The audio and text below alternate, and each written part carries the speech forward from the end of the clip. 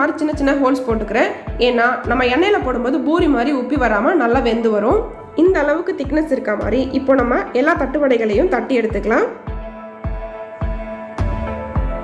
தேவையான அளவு எண்ணெய் சேர்த்து எண்ணெய் நல்லா ஹீட் ஆனதும் தட்டுவடைகளை பொரிக்க ஆரம்பிக்கலாம். அடுப்பை மீடியமான ஃப்ளேமில் வச்சுட்டு நம்ம பொரிக்கணும்.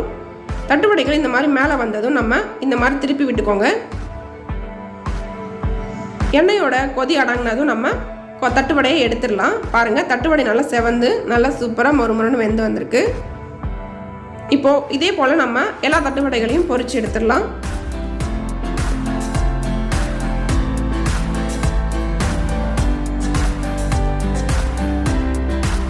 இப்போ நம்ம எல்லா தட்டுவடைகளையும் நல்லா பொரித்து எடுத்தாச்சு.